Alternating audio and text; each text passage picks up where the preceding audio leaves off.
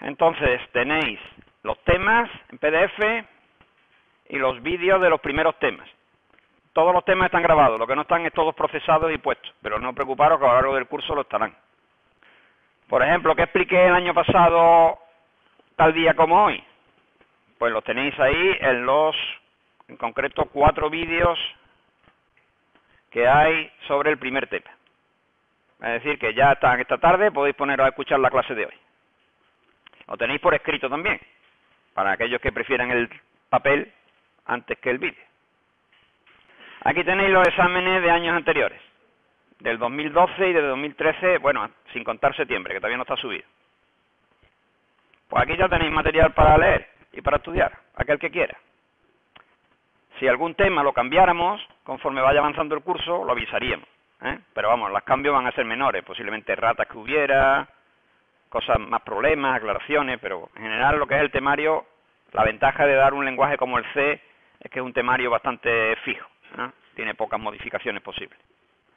Si miramos el contenido del primer tema, después de leernos el prólogo, vemos que el primer tema pues es lo que se llamaría habitualmente conceptos básicos de informática. Entonces aquí se explica, para aquellos de vosotros que no lo sepan, pues las partes de un ordenador, en qué consiste un programa, en qué consiste un sistema operativo, qué son los lenguajes de programación, qué es un compilador, es decir, un poquillo de cultura general de lo que podríamos llamar conceptos básicos de informática. Eso es lo que se explica en el primer tema. Se explica también un poco del lenguaje C, un poco de historia, cuáles son las ventajas. El lenguaje C es un lenguaje de programación antiguo, es de los años 70 del siglo pasado, es decir, que tiene más de 40 años. ¿Por qué se da C? Bueno, porque C es un lenguaje usualmente utilizado en ingeniería, ¿de acuerdo? Es un lenguaje que sirve para programar ciertos dispositivos utilizados en ingeniería y por eso se da como primer lenguaje de programación, a pesar de ser un lenguaje bastante antiguo. Entonces, el que sea un lenguaje antiguo hace que, bueno, pues sea algunas cuestiones un poquito más difíciles de entender de lo habitual. Por lo demás, aquí lo que intentamos hacer no es un curso de C, sino un curso de fundamentos de programación. Y por eso intentamos enfocar la programación desde el principio a unos conceptos más modernos, más relacionados con la programación del siglo XXI. Por eso elaboramos unos apuntes de C que, en principio, alguien puede decir, bueno, si libros de C, voy a la biblioteca y hay por lo menos varias decenas. Pues sí, pero no seguirían una programación tan objetivo como nosotros tenemos, es decir, tan hacia una programación muy, muy estructurada como nosotros queremos. Por eso el dar estos apuntes. En cualquier caso, insisto, el primer tema, pues lo que se estudian son conceptos básicos de programación y de lenguaje C, que bueno, es interesante de saber, pero que tampoco añaden gran valor a su contenido. ¿Qué pasa con la programación? Bueno, pues la programación tiene un problema que precisamente viene en el nombre del blog que os he dicho antes. El nombre del blog, la programación no es un arte, es justamente por esto que tenéis aquí en negrilla. Hay un libro de programación muy conocido, ya antiguo, hecho por Nux, que es uno de los, por así decirlo, padres de la programación estructurada, siempre se ha considerado alguien muy importante en el mundo de la programación, que tiene un libro, que se llama, como veis ahí, El arte de programar computadores, o el arte de programar ordenadores. Y claro, ese libro, que fue un clásico, todavía se sigue usando muchas veces, con ese título parece indicar que la programación es un arte, que esto es como pintar un cuadro, como si estuviéramos en Bellas Artes, para hacer un programa. Y eso es un error muy común incluso entre ingenieros informáticos, que piensan que la programación pues tiene parte de artista. Y en esta asignatura, precisamente, vamos a intentar que no sea así, que la programación no sea un arte. La programación es parte de una ingeniería, es un trozo de una ingeniería que se conoce como ingeniería del software. La ingeniería del software es el concepto de creación de software mediante un proceso ingenieril. Claro, este siempre se pone el mismo ejemplo.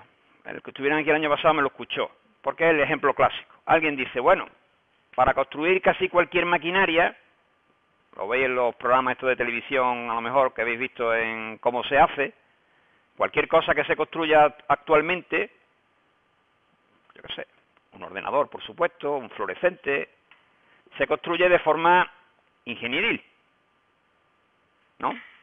Nadie construye un fluorescente con arte, ni un ordenador. Esto tiene ingeniería y tecnología.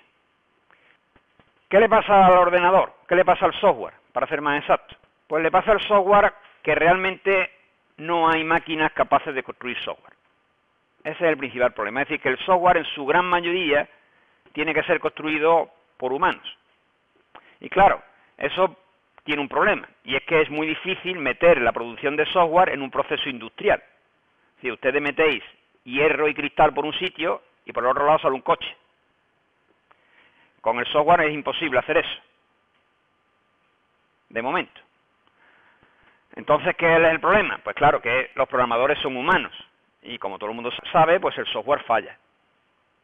Incluso falla más que otros procesos de producción, como por ejemplo un ordenador o un coche.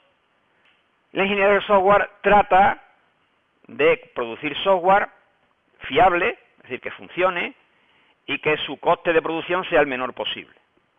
Igual que pasa en cualquier proceso productivo, ¿no? Cuando alguien produce un coche, intenta que el coche salga lo mejor posible en el menor tiempo y coste posible. ¿Está claro, no? Bueno, pues para producir software las coordenadas son las mismas.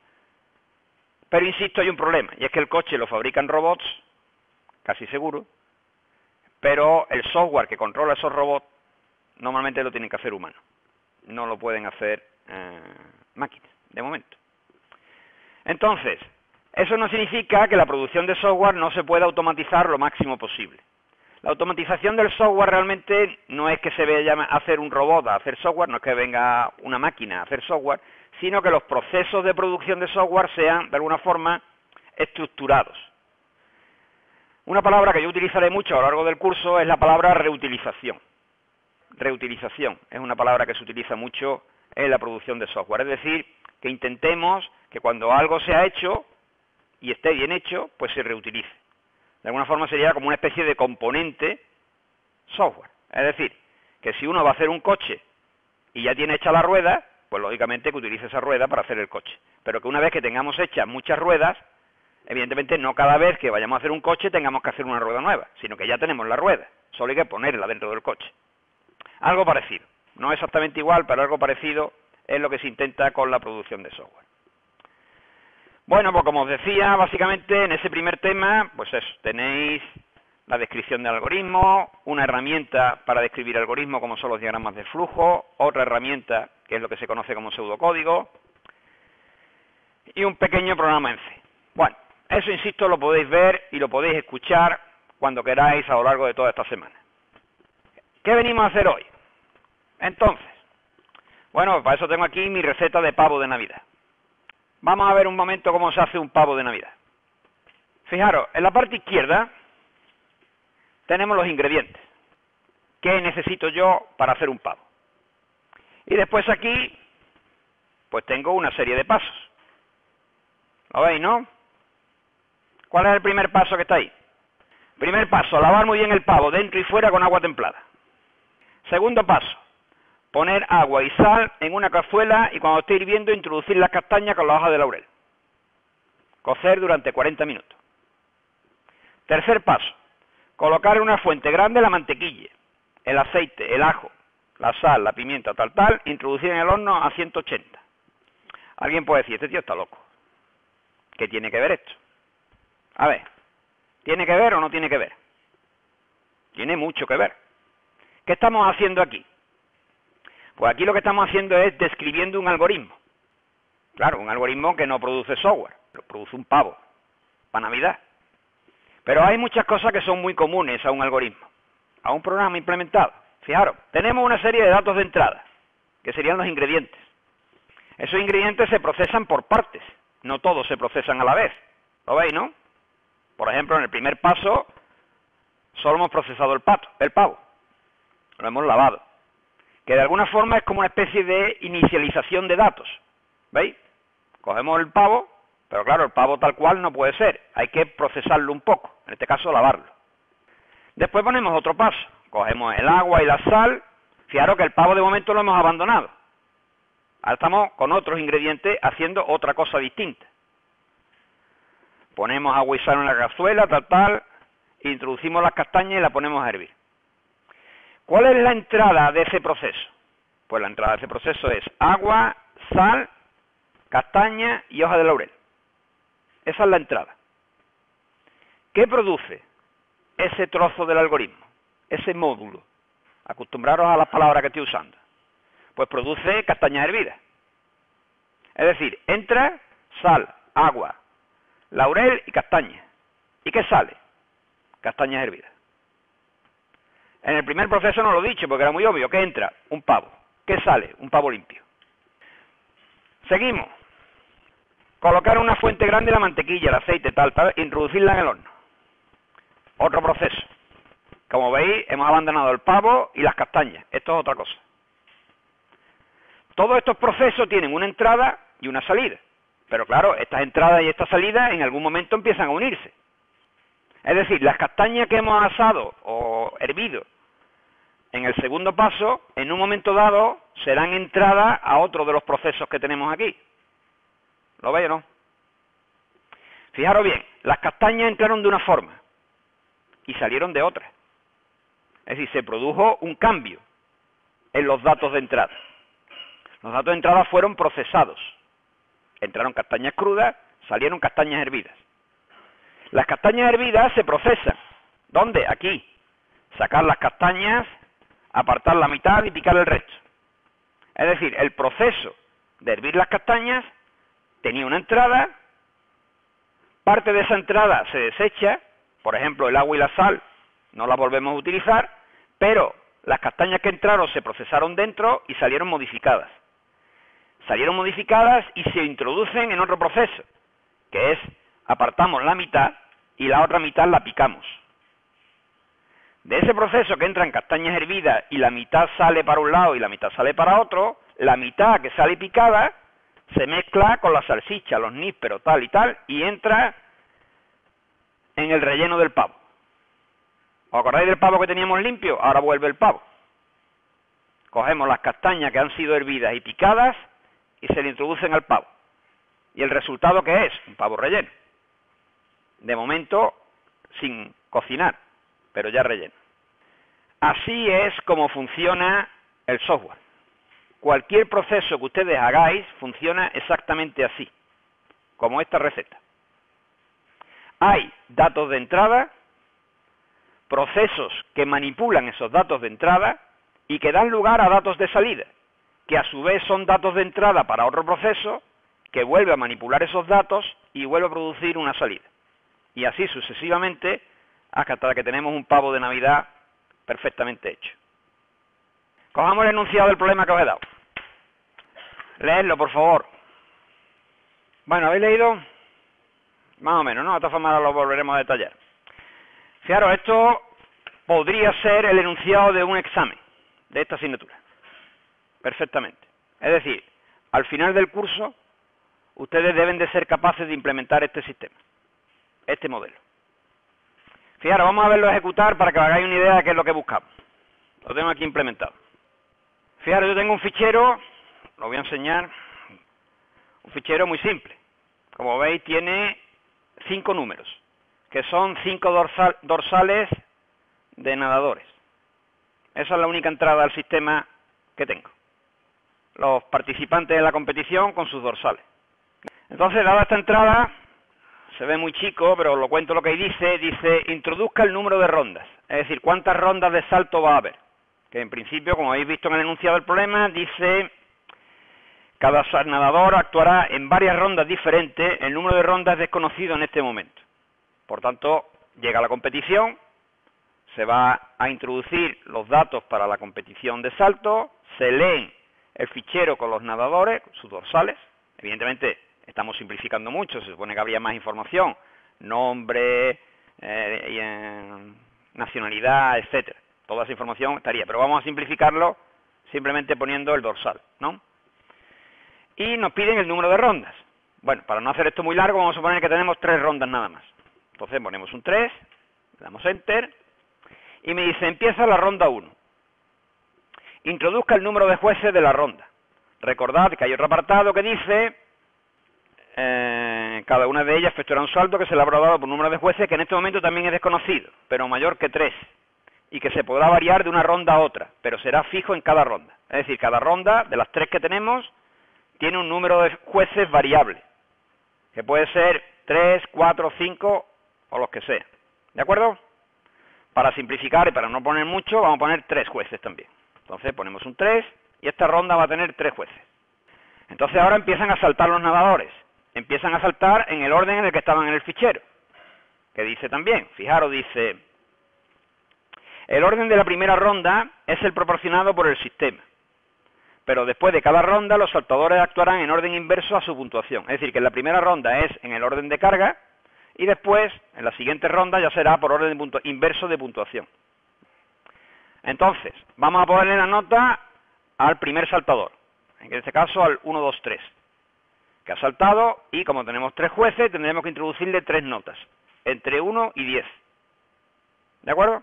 Bueno, esta parte la voy a hacer rápida, vamos a suponer que todos los jueces le dan la misma nota.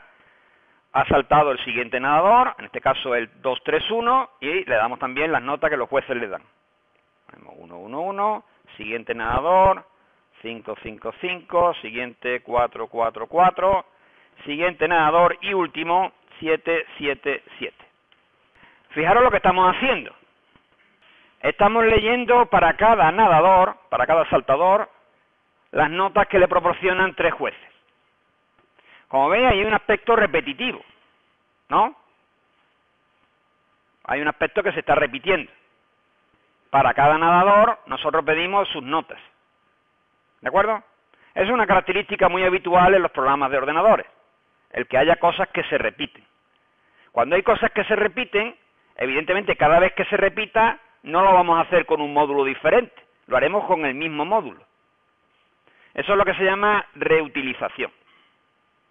¿De acuerdo? Es decir, las sentencias que producen introduzca la nota del juez 1, introduzca la nota del juez 2, introduzca la nota del juez 3, se están ejecutando cada vez para cada nadador. Ha terminado la primera ronda. Entonces sale nadador 128, que fue el último, 7 puntos, es el primero, en la clasificación profesional. El segundo, el 2, 3, 4, que tenía una media de 5, y así sucesivamente. Estos puntos se han hallado de la siguiente forma, aunque yo a todos le he dado la misma nota, la forma de puntuar la tenéis también ahí, no sé si habéis llegado a leerla, que dice: la puntuación de cada salto será la media de los valores intermedios. Es decir, las notas máxima y mínima de cada salto no serán tenidas en cuenta para calcular la media. En nuestro caso, como teníamos 3 jueces, hemos quitado el mínimo y el máximo y realmente nos estamos quedando con una nota. Lo que la nota media es la nota intermedia. Evidentemente, si hubiera habido más jueces, pues hubiéramos tenido que hacer el cálculo de la media efectivo. Es decir, hubiéramos tenido que sumar las notas intermedias y dividirlo por el número de notas intermedias que hubiera, quitándole previamente la nota máxima y la nota mínima. ¿De acuerdo? Bueno, se ha terminado la ronda 1. Dijimos que teníamos 3 rondas. Fijaros que ahora hay otro proceso que se repite. Es el proceso de las rondas. Evidentemente, nosotros no hemos hecho otro código diferente para la segunda ronda. Es el mismo código de la primera. Estamos volviendo a reutilizar. Sin embargo, el número de jueces de la segunda ronda puede ser diferente al de la primera, porque nos lo decía el enunciado. Por lo tanto, hay que volver a introducir el número de jueces que van a puntuar la ronda 2. Vamos a suponer ahora que puntúan 4 jueces, para variar. Ponemos 4. Y ahora el nadador que salta es el último. Fijaros que el orden de salto ha cambiado. ¿Lo veis? Antes el primero que saltó fue el 123. Ahora el primero que salta es el 231. ¿Por qué? Porque el 231 tiene un solo punto y por tanto es el último en la lista y por tanto el primero en saltar. Vamos a darle punto de nuevo al salto del nadador 231. Y así sucesivamente en orden inverso le voy dando 4 puntuaciones a cada nadador. Ha terminado la segunda ronda. Orden. Pues lo que se hace es sumar la nota de la primera ronda con la nota de la segunda ronda. Es decir, cada nadador tiene ahora la suma de las dos notas. Orden. Pues el 128 es ahora el primero, que tiene 13 puntos. Antes tenía 7, más 6, 13. Sigue siendo el primero. El segundo, el tercero, el cuarto y el quinto. Y empieza la tercera ronda. De nuevo tenemos que volver a introducir el número de jueces de esta ronda. Ponemos 3 de nuevo. Y metemos las calificaciones de estos 3. Bueno, ¿y qué? La aplicación está bien hecha, pero no controla todo. Es decir, como veis, he podido meter una nota mayor que 10, porque no está preparado para eso, ¿eh? Pero bueno, eso también aprenderemos a hacer. Bueno, termina la ronda.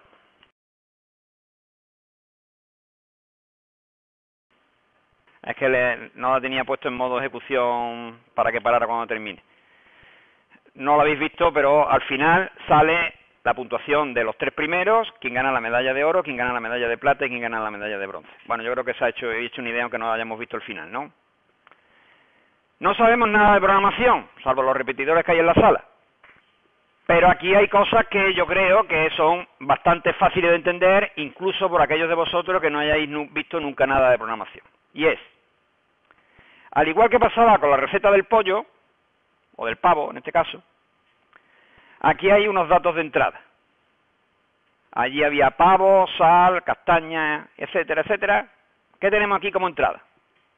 Tenemos el fichero con los dorsales de los nadadores. Esa es una entrada, pero no es la única.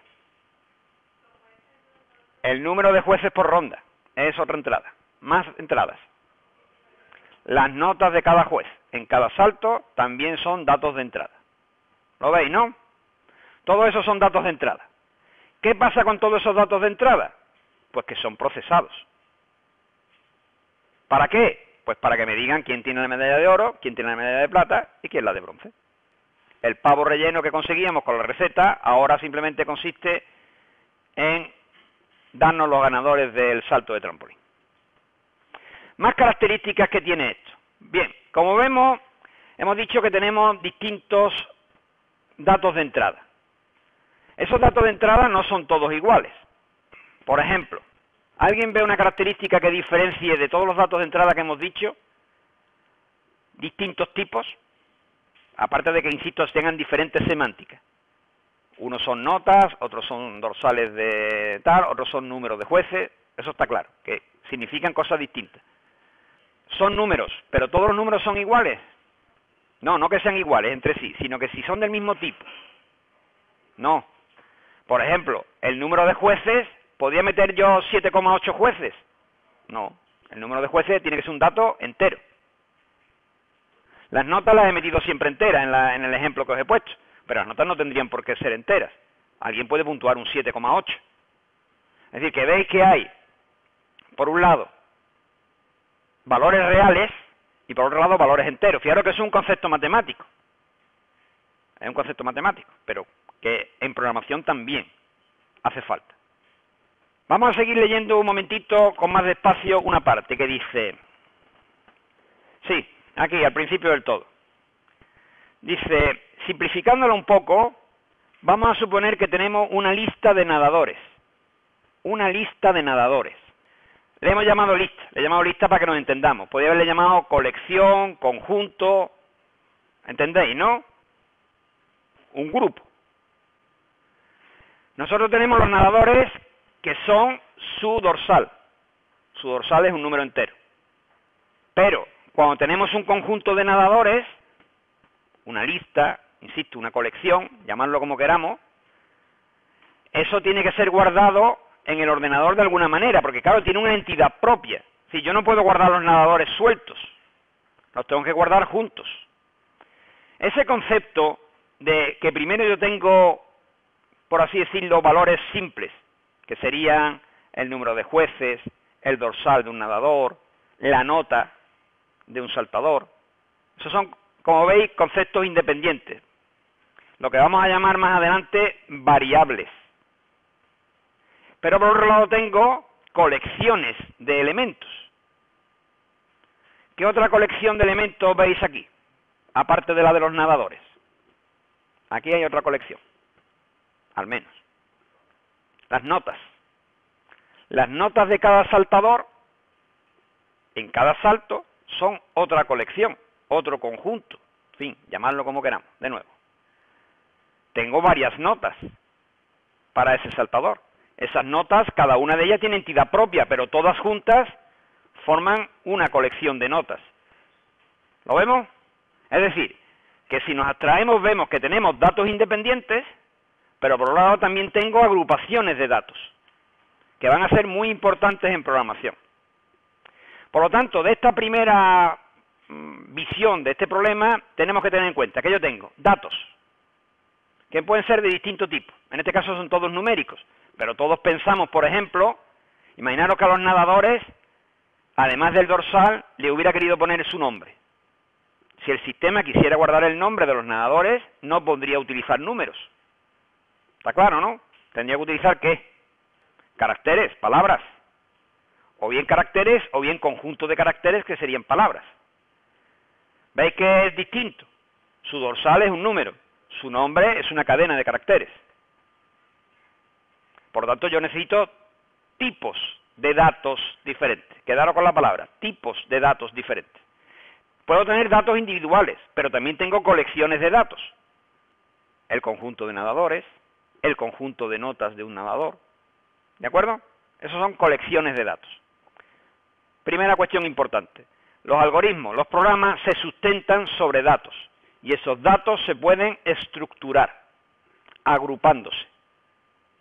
Otra estructura que no está aquí, pero que podemos ir ya imaginando, es, de nuevo, si yo le hubiera puesto dorsal y nombre a cada nadador, un nadador tendría dos datos, su dorsal y su nombre. Y tendríamos una estructura que uniría esos dos datos, dorsal y nombre. Por lo tanto, tenemos estructuras que unen notas, estructuras que unen nadadores, estructuras que unen su nombre con su dorsal, ¿de acuerdo? Eso se llaman estructuras de datos. Aparcamos eso de momento. Si yo quisiera hacer esto, ¿qué parecido tiene esto con la receta de cocina? ¿Qué hacíamos en la receta de cocina? ¿Acordáis? Sí, y eso era un trozo de la receta. Un módulo. Un módulo. Vamos a llamarlo así. Una palabra generalista. Módulo, que no depende del lenguaje de programación. ¿Qué es un módulo? Un módulo es un trozo de código, un trozo de software que hace una tarea determinada, específica. Por ejemplo, un módulo sería lavar el pavo. ¿Qué entrada tiene ese módulo? El pavo. ¿Qué salida tiene? El pavo limpio. ¿Qué ha pasado durante el proceso del módulo limpiar pavo? Pues que el pavo entró de una forma y salió de otra. Si nosotros quisiéramos hacer un pavo asado, evidentemente una sola persona podría hacerlo todo. Podría lavar el pavo, hervir las castañas, picar las castañas, hacer el relleno, ponerlo en el horno, ¿sí? Ahora imaginaros que no queréis hacer un pavo asado. Imaginaros que vais a dar la cena de fin de año de un hotel. Con un pavo no tenemos ni para empezar. ¿Qué es lo que se hace en la cocina? Habéis visto MasterChef, ¿no?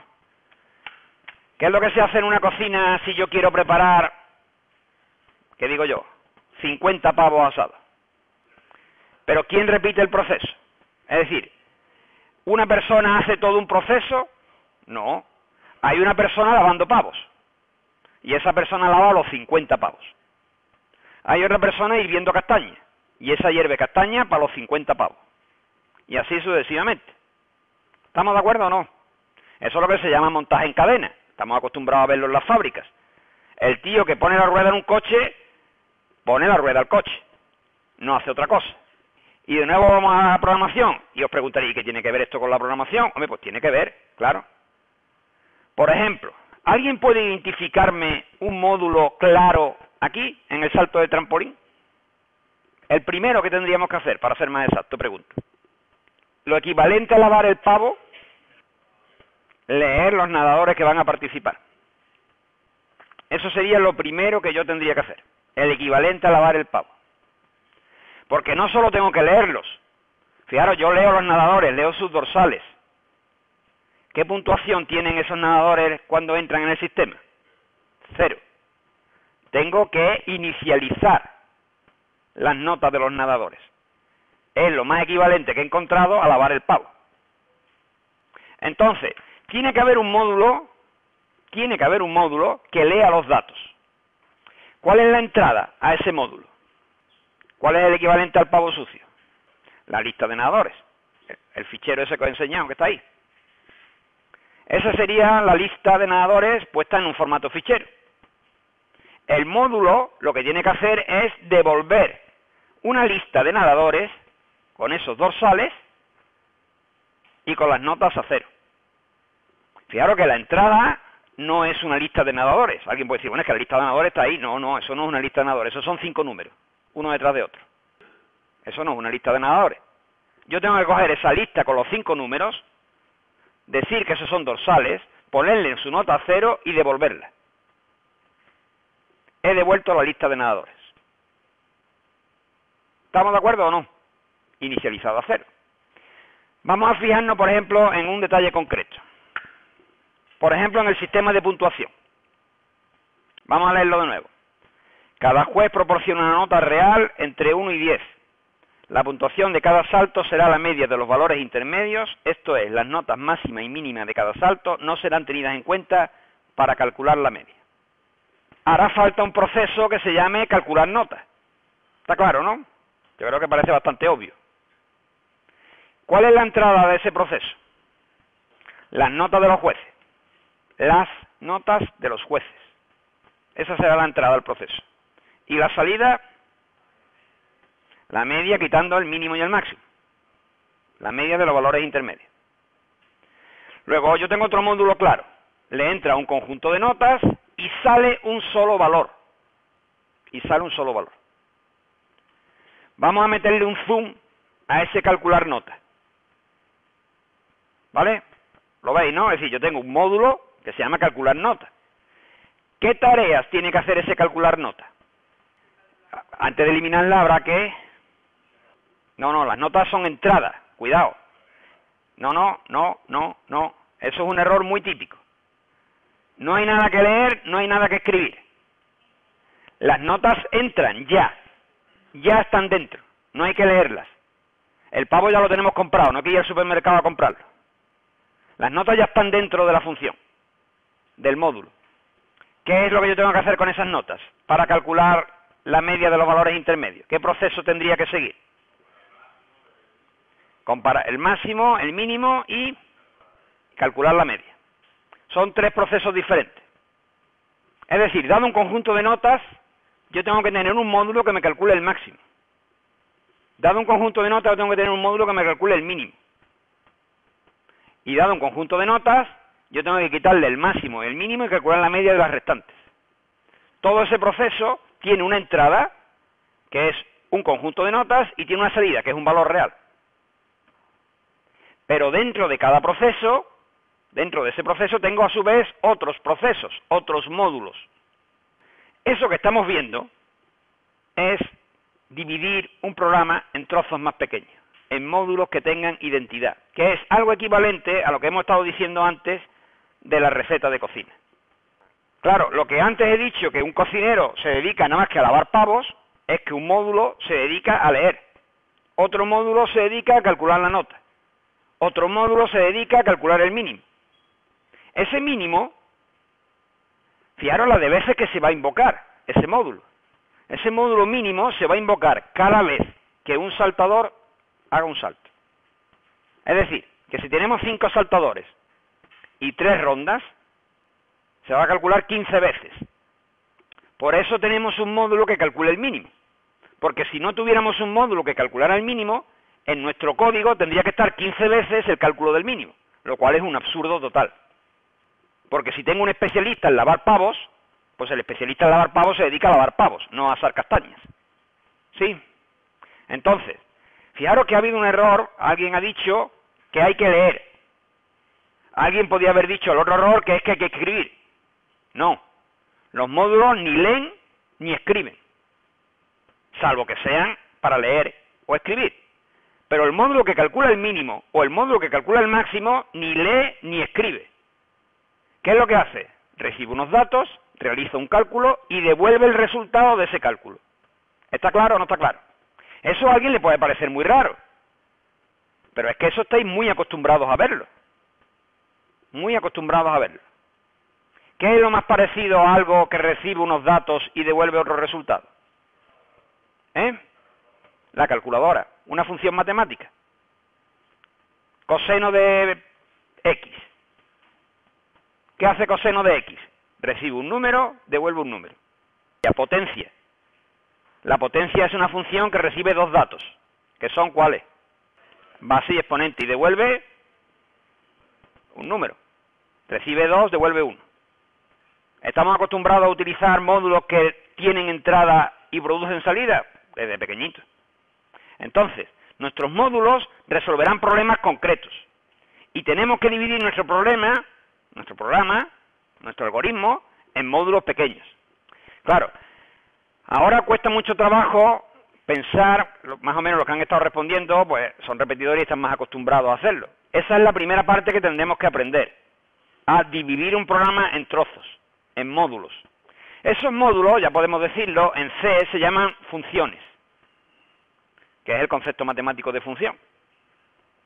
Lo que pasa es que no solamente reciben números y devuelven números, que es el concepto de matemático de función, que es el que estamos acostumbrados, sino que las funciones en C reciben datos y devuelven datos, que pueden ser los mismos, modificados, u otros.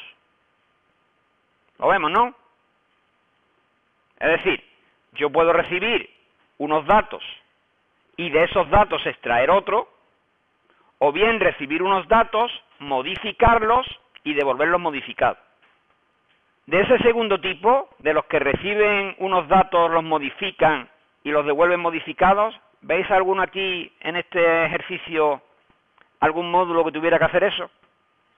Efectivamente. Los nadadores entran con un orden y salen con otro. Vamos, pueden salir con otro, claro, dependiendo de las notas que hayan obtenido, pero en general lo normal es que cambien de orden. Es decir, que entra nuestra colección de nadadores en un orden y sale la colección de nadadores en otro orden.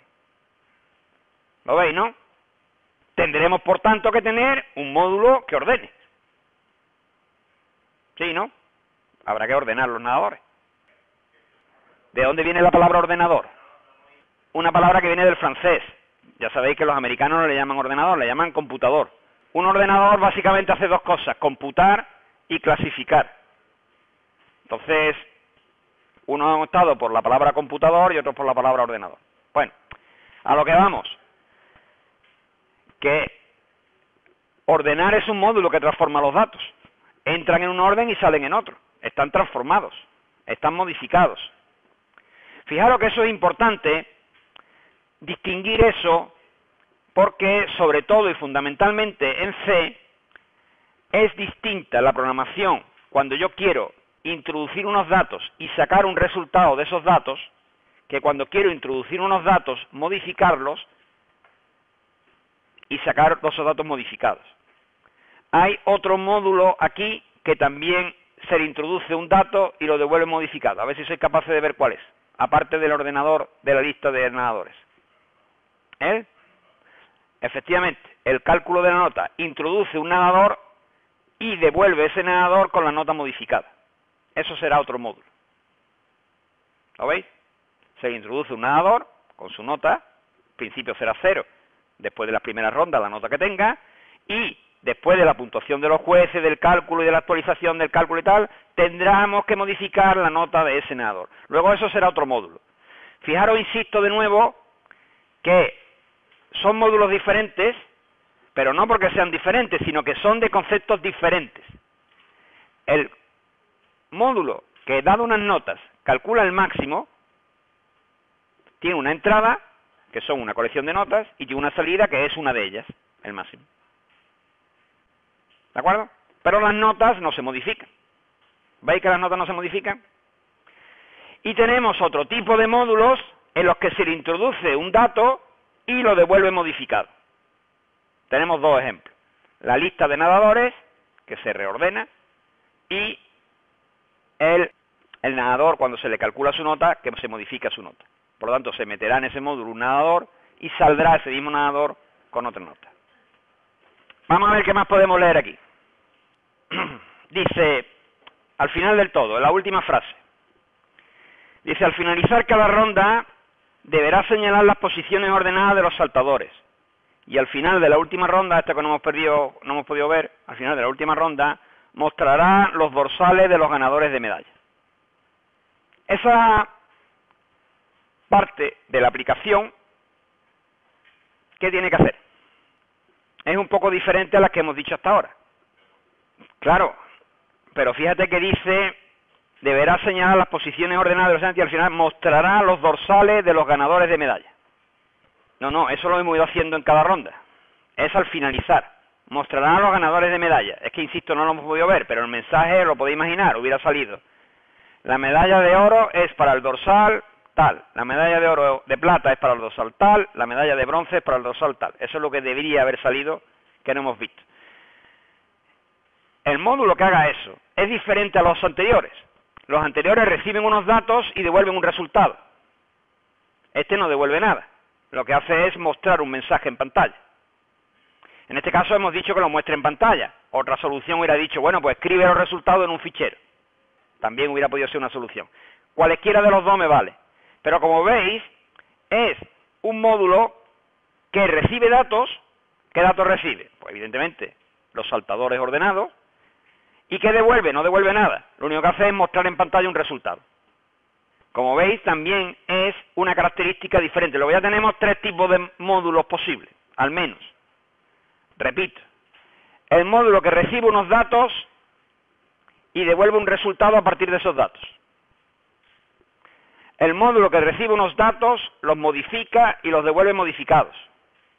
Tercero, el módulo que recibe unos datos y lo que hace es mostrar en pantalla un resultado. Fijaros, voy a intentar dejarlo claro el primer día, a ver si lo consigo este año. Llevo 2 años sin conseguirlo, a ver si este año a la tercera lo consigo. Y lo he dicho muy claro, la mayoría de los módulos que nosotros hagamos no tendrán que escribir nada.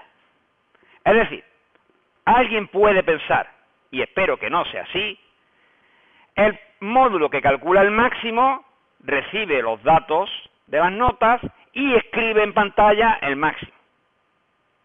¿De qué me serviría a mí, en este programa que acabáis de verse ejecutando, que me saliera en pantalla el máximo de la nota de los jueces? ¿Me serviría para algo? No, absolutamente de nada. Ese dato se debe devolver para que otro módulo lo recoja. Volvamos a la receta. ¿De qué me sirve a mí llevar a la mesa las castañas picadas y hervidas? Va a decir el comensal, ¿y qué me trae? Esas castañas hervidas y picadas deben de estar dentro del pavo y asadas. No deben de ser mostradas. ¿De acuerdo? Los programas se reutilizan. Los programas se reutilizan. Es decir, fíjate, alguien puede decir, pero bueno, vamos a ver. Claro, he puesto un ejemplo del salto olímpico, del salto de trampolín olímpico. Imaginaros, ¿sabéis qué empresa lleva las Olimpiadas? ¿Qué empresa hace el software de las Olimpiadas? Atos, empresa Atos. Vamos, por lo menos de las 2 últimas Olimpiadas. Imaginaros que los programadores de Atos están haciendo el módulo del salto de trampolín. ¿Ustedes creéis que, por ejemplo, el mínimo de unas notas es un módulo independiente que no aparecerá en algún otro momento? Vamos, a poco que conozcamos de la Olimpiada, hay otras competiciones en las que hay jueces, ¿no? La doma de caballos, por ejemplo, jueces puntúan. Y es habitual quitar el máximo y el mínimo, más que nada porque como habrá algún juez de la nacionalidad del tal, con eso la eliminamos. Entonces, si nosotros estamos haciendo el dado unas notas, calcular el mínimo, y ya tenemos ese módulo hecho, ese módulo no solo se utilizará para el salto de trampolín, sino que se puede utilizar para muchas otras competiciones. ¿Y me serviría de algo que ese módulo que calcula el mínimo de unas notas imprimiera el valor del mínimo en pantalla? No. Es decir, si yo tengo un módulo que dado unas notas calcula el mínimo, tiene que ser una función. Le entran unos datos y devuelve otro dato. Devuelve, no imprime. ¿De acuerdo? Sí. A ver si este año lo consigo, ¿no?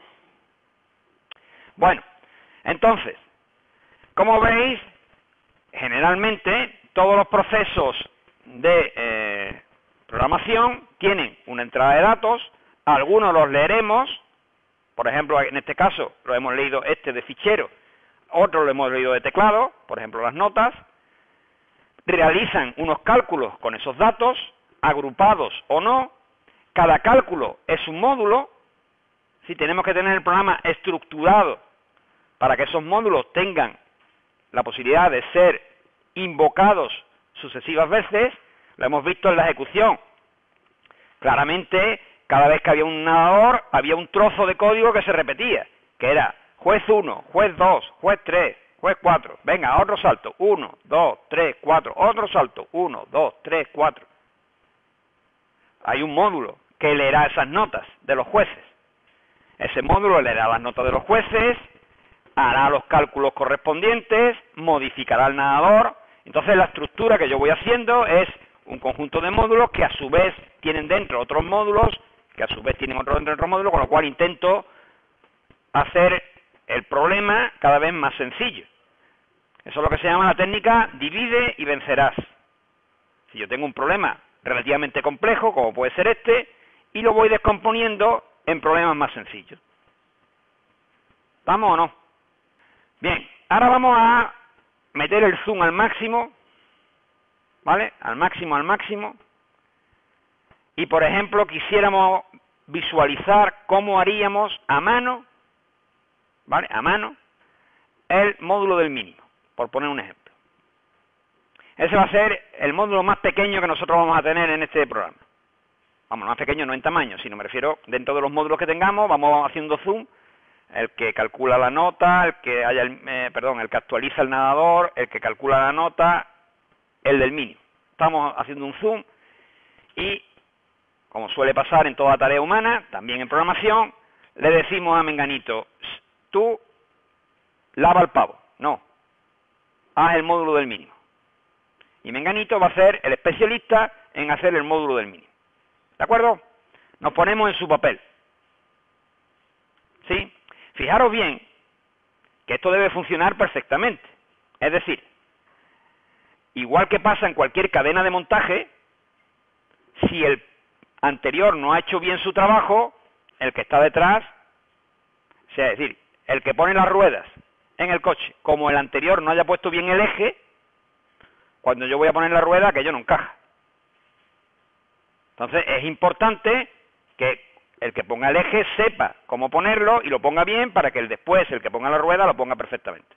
Entonces, el proceso debe ser claramente estructurado y definido previamente. Tenemos al señor o señora que va a hacer el módulo del mínimo. Diseño. Recibe unas notas. Devuelve el valor más pequeño de esas notas. ¿Está claro, no? Entrada, un conjunto de notas. Fijaros bien que no sé cuántas. No sé cuántas notas recibe. Porque el número de jueces no lo sé. Y además es distinto. Y devuelve el mínimo. Por ejemplo, voy a escribir aquí mismo. Imaginemos por un momento que teníamos, pues, 8 jueces. Para simplificar, vamos a suponer que las notas sean enteras, aunque ya sabéis que podían ser reales. Y estas son las notas que han introducido los jueces. ¿Cuál es el mínimo? 3. Todo el mundo lo ve rápido. ¿Y el máximo? 9. También es rápido. Bien, supongamos que tenemos que hacerlo a mano, pero explicando cómo lo hemos hecho. Porque ustedes cómo lo habéis hecho. Fijaros que ustedes lo veis así de un vistazo y me dais el mínimo y el máximo tal cual. Pero esto no es verdad que lo hagáis así, Si lo hiciéramos a cámara súper lenta, ¿qué es lo que estáis haciendo realmente? Pues ustedes lo que estáis haciendo es, miráis el primer número y lo guardáis y decís, mira, el 3, 5, más grande, no vale, 7, más grande, no vale, 3, igual, no vale, 6, más grande, 9, no vale, 3, no vale, 4, no vale. El más pequeño, el 3. Esto para el mínimo. Para el grande, ¿cómo lo hacéis? Pues igual, para el máximo. Cogéis el 3 y decir el 3, 5 más grande, 7 más grande, 3, no, 6 más grande, no, 9 más grande, sí, 3, 4 más grande, 9. Eso es lo que estáis haciendo. Lo que pasa es que lo hacéis tan rápido que no parece que lo estáis haciendo secuencial. Pero sí lo estáis haciendo secuencial. Si le tuvierais que explicar a un niño muy pequeño cómo lo hacéis, tendríais que explicárselo así. Tendríais que decirle, mira, tú coges el 3 y de momento es el más grande. Después tú coges el 5 y como el 5 es más grande que el 3, de momento el máximo es el 5. Y así sucesivamente, al final del proceso, el máximo es el 9. Un niño de 2, 3 años posiblemente lo entendería así. ¿Qué le pasa al ordenador? Pues que tenéis que explicárselo así. Es muy torpe. ¿Qué proceso estamos haciendo aquí? Pues fijaros, es un proceso que ya hemos visto y que yo he señalado durante la ejecución del programa. Esto es un proceso que se llama en un bucle. La mayoría de los programas están constituidos por bucles. Por ejemplo, el que hemos visto antes, el del salto de trampolín, se repite. Salta un nadador, se le va poniendo las notas, salta otro nadador, se le va poniendo las notas, todo eso en un bucle de nadadores. Pero después hay otro bucle por encima de rondas. ¿Lo veis? Es decir, hay un bucle que se va repitiendo y hay otro bucle por encima de ese que se va repitiendo más todavía. ¿Qué es lo que le pasa a este problema? Pues que es un bucle. ¿Cuál es el bucle? Pues que nosotros vamos recorriendo los datos de entrada. Miramos el 3, miramos el 5, miramos el 7, y durante ese procesamiento en bucle, nosotros vamos comprobando si el valor que tenemos ahora es mayor o no que el máximo. En los bucles que tenemos hasta ahora del procesamiento de los nadadores, ¿qué es lo que teníamos? Pues cada nadador tenía un bucle, ¿qué es? Pues el proceso de las notas que le van dando los jueces. ¿Lo veis? Entonces, los programas se componen habitualmente de bucles. Pero dentro de los bucles hay que tomar decisiones. Vamos de nuevo con este problema del mínimo del máximo, que es muy parecido, para intentar verlo. Fijaros, yo he dicho, hay una estructura de bucle que se repite, que es miro el 3, miro el 5, miro el 7, así sucesivamente. Pero dentro hay una decisión que tomar, dentro de ese bucle. ¿Qué decisión hay que tomar dentro de ese bucle? Que lo estoy diciendo cuando comento. Fijaros que yo estoy diciendo, cojo el 3, de momento es el máximo. Cojo el 5, como es más grande, cojo el 5 como máximo. Después cojo el 7, como es más grande, lo cojo a él. Cojo el 3, ya no es más grande, no lo cojo, me quedo con el 7. Estoy tomando una decisión. Depende de si el número que yo estoy procesando es mayor o no que el que tenía hasta ese momento. Es decir, los programas están constituidos por bucles y por toma de decisiones que me llevan lugar a cosas diferentes. Es decir, si el 3 es más pequeño que el máximo, tomo una decisión, que es no actualizo el máximo. Si el 9 es más grande que el máximo, tomo otra decisión, que es sí actualizo el máximo. El ejemplo más claro para esto es un cajero automático, que también es una cosa que estamos acostumbrados a usar. ¿Cómo funciona un cajero automático? Bueno, pues un cajero automático, después de meterle la tarjeta, el PIN y tal, lo que sea, nos presenta un menú, habitualmente, ¿no? Dependiendo de la opción del menú que yo haga, o que yo coja, hace cosas diferentes.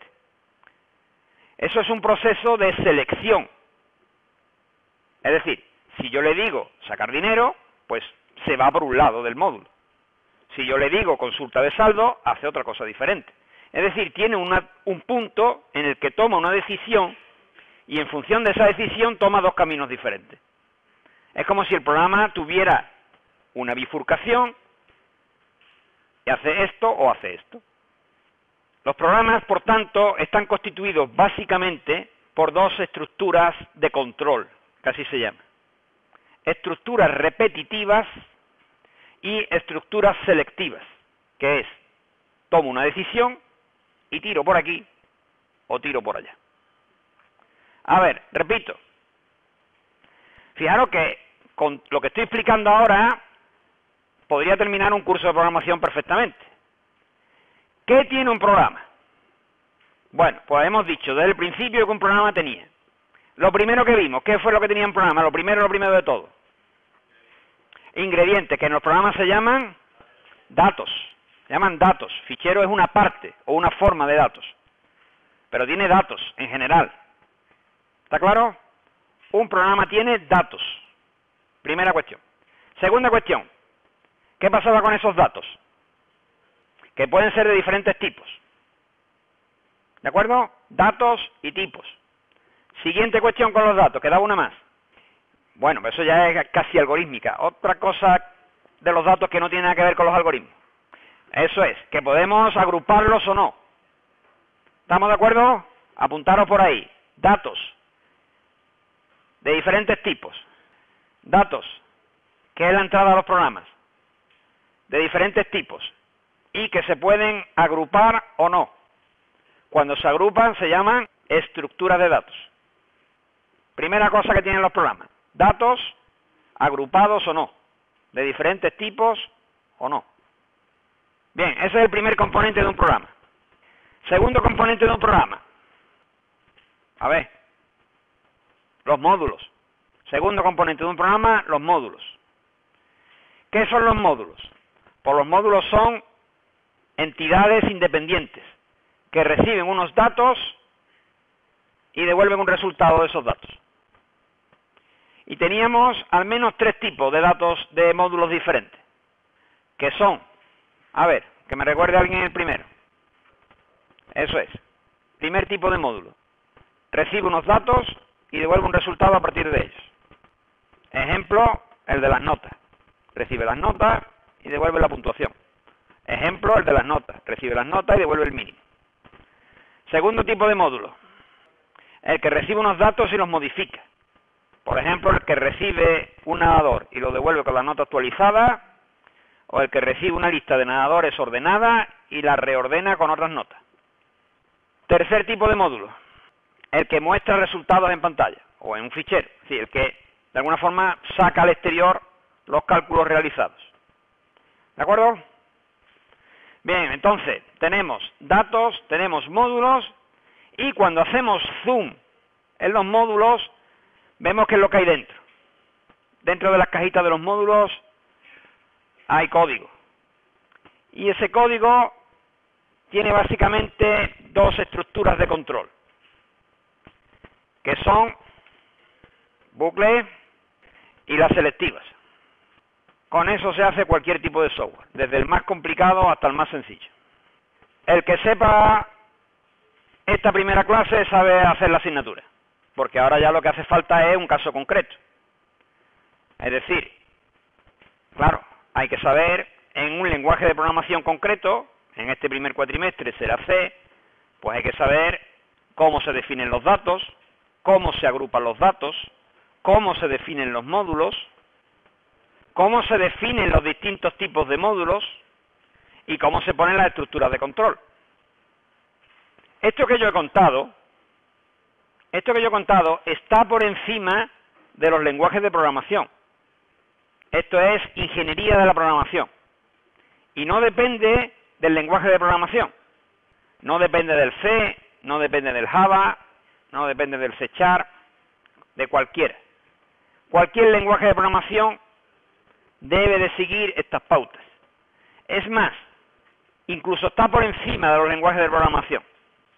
Hombre, la parte que ya ha enfocado al módulo, en el que ya se ven las tripas, por así decirlo, del programa, esa parte no. Toda la parte anterior ni siquiera tiene que ver con programación. Tiene que ver con ingeniería. ¿Valdría lo que yo he dicho de los módulos, de la entrada, las salidas, los datos, para cualquier proceso ingenieril? Por ejemplo, para fabricar una lavadora. Por ejemplo, para fabricar un escáner. el mismo proceso. Es un proceso que tiene que ver con la ingeniería, no en concreto con la programación. Con la programación lo que tiene que ver en concreto, claro, que ese módulo pues tiene una estructura concreta ahí dentro, de sentencias del lenguaje de programación, que ya sí que dependen del lenguaje concreto.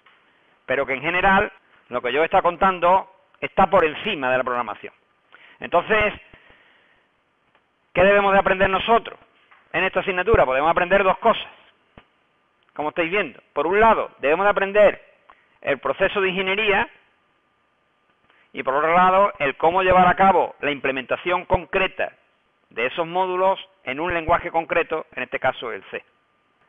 Pero que nuestro interés en esta asignatura no es tanto que aprendáis a programar porque sí, como aprender a resolver problemas con una visión ingenieril de la resolución de ese problema. Lo que pasa es que la implementaremos en el caso concreto de programación.